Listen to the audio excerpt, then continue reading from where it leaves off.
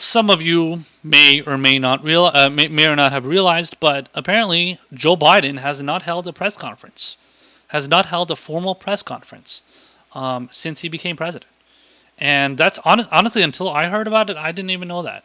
And I didn't even know what the idea of like a press conference was. I just thought it meant like if he just speaks to the media, in a certain way, or like gives like a statement to the media, or if he like does like an interview with somebody. But apparently that's not the case. When it comes to the kind of press conference, and when it comes to a formal solo news press conference, those aren't in reference to. So that's in reference to.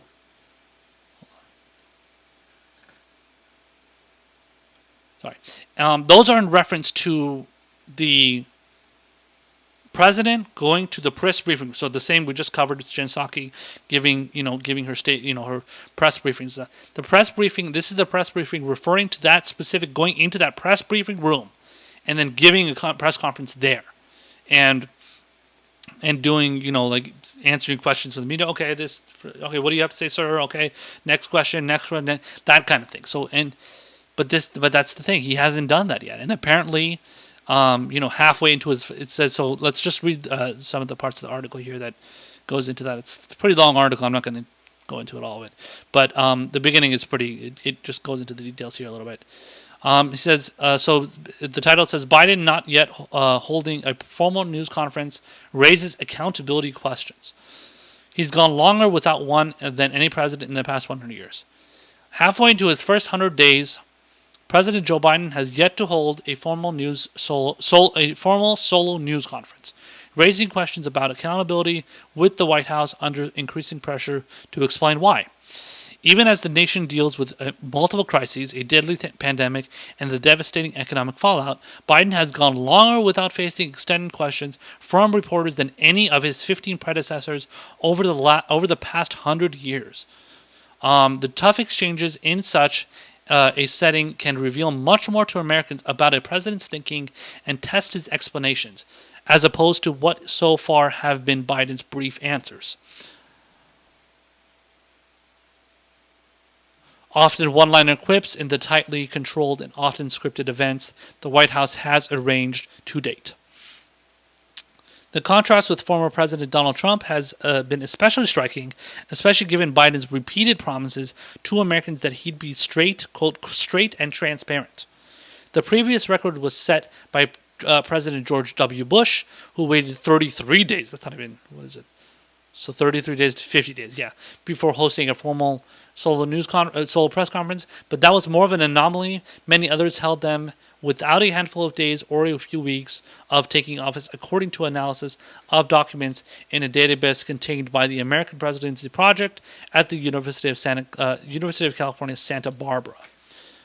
CNN first reported on Biden surpassing his predecessor's record. The White House last week pledged Biden would hold a news conference before this month was out, but it has not yet set a date. It did schedule his first primetime address for Thursday, though to commemorate the one-year anniversary of the COVID-19 shutdown. Trump held his first solo press conference, solo formal news conference 27 days after assuming the presidency, while President Obama did the same 20 days after taking office. So yeah, you pretty much get the idea. Honestly, at the end of the day, it doesn't really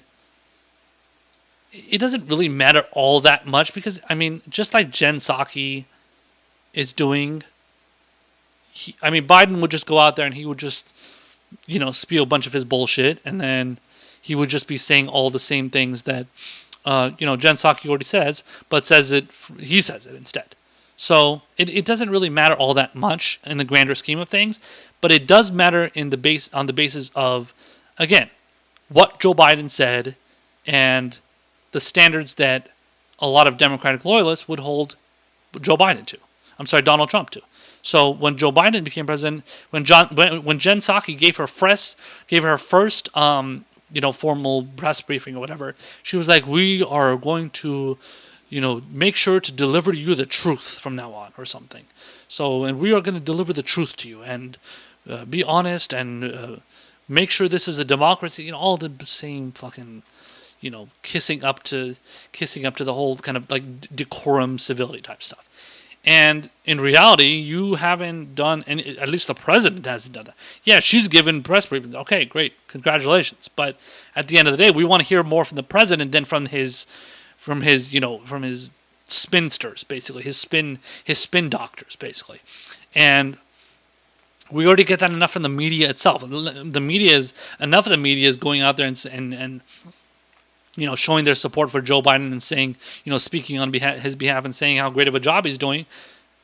Jen Psaki pretty much does the same exact thing. The only difference is that she answers certain questions from certain members of the press and media, and then takes a little bit more fire from them. But either way, she's his spokesperson, and she puts out all the good news for him. And then anything bad happens, that she makes it sound palatable for people that might be questioning his performance as president.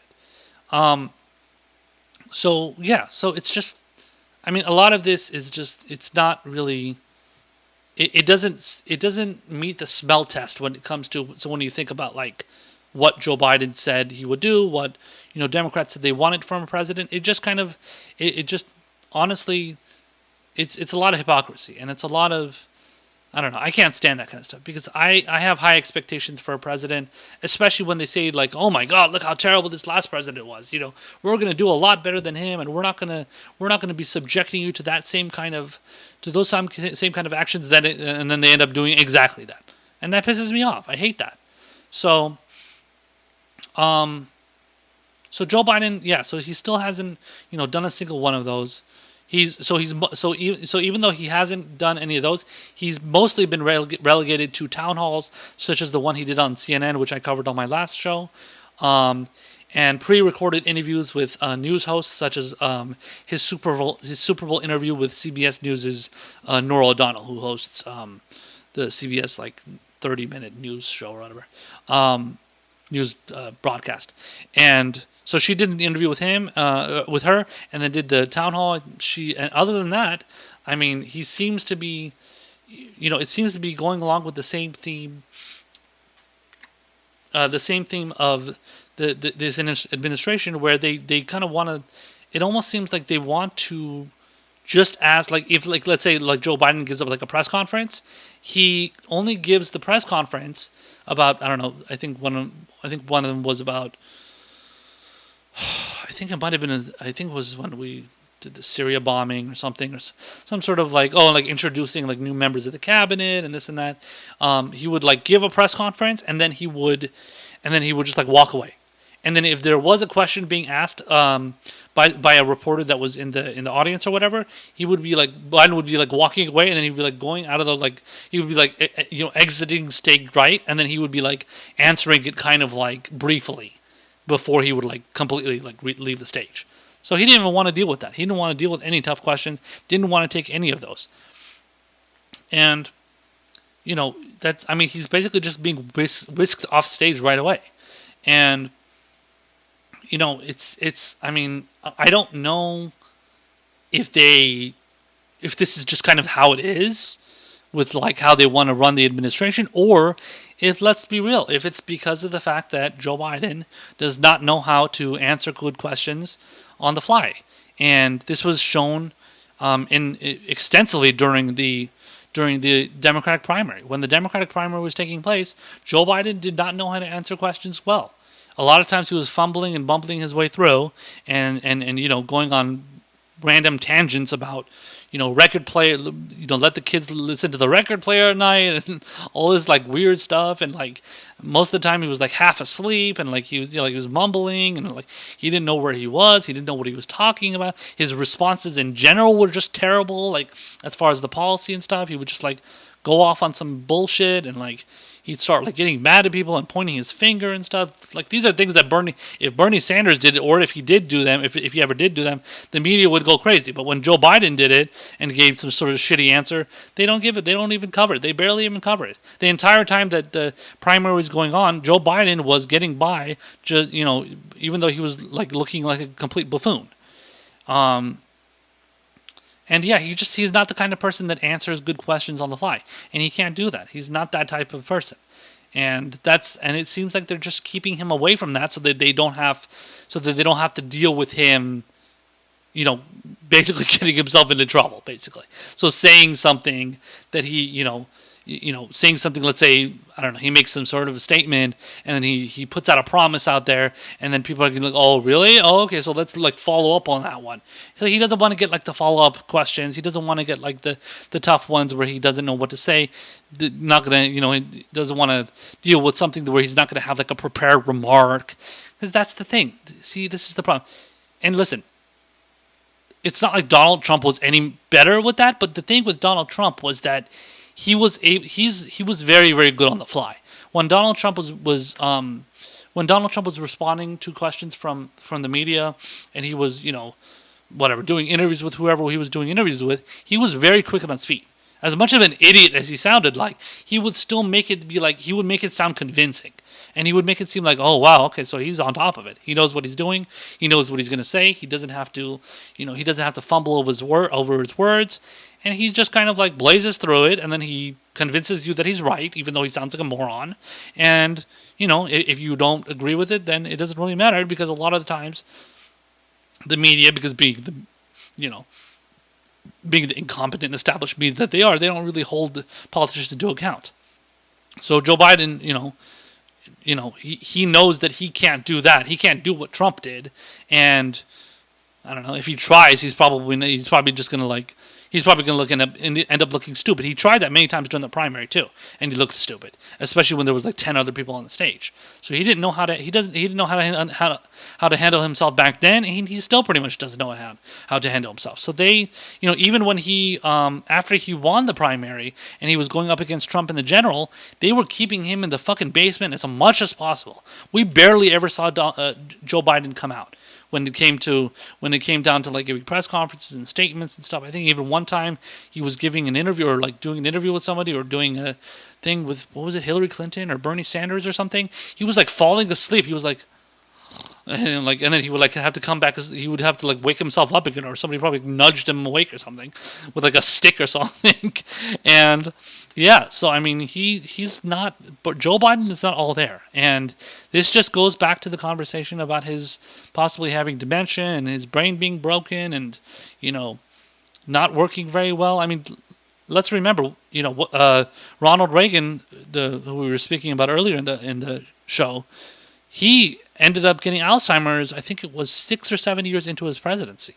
So he still had like a good year or two left, if not maybe a little more, where he was dealing with Alzheimer's, going through Alzheimer's, and he probably wasn't giving the most coherent of answers when it came to whatever the media was breaking up to him.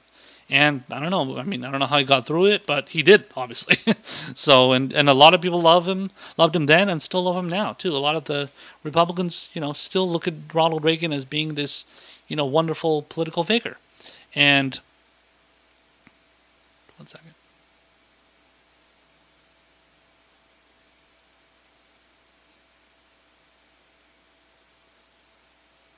Sorry.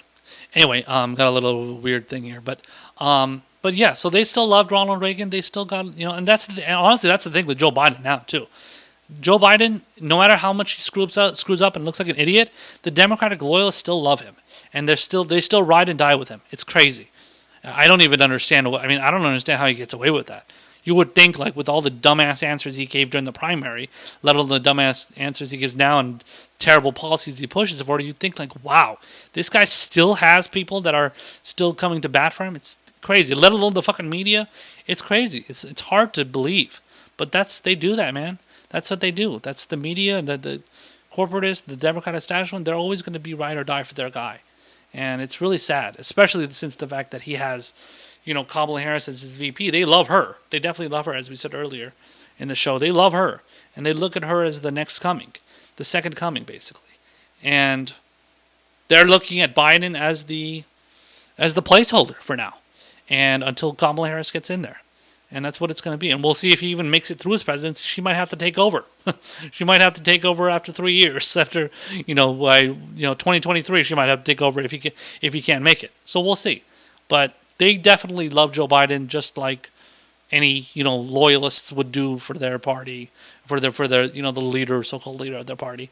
And that's how it is with Joe Biden, and it doesn't look like it's going to change anytime soon.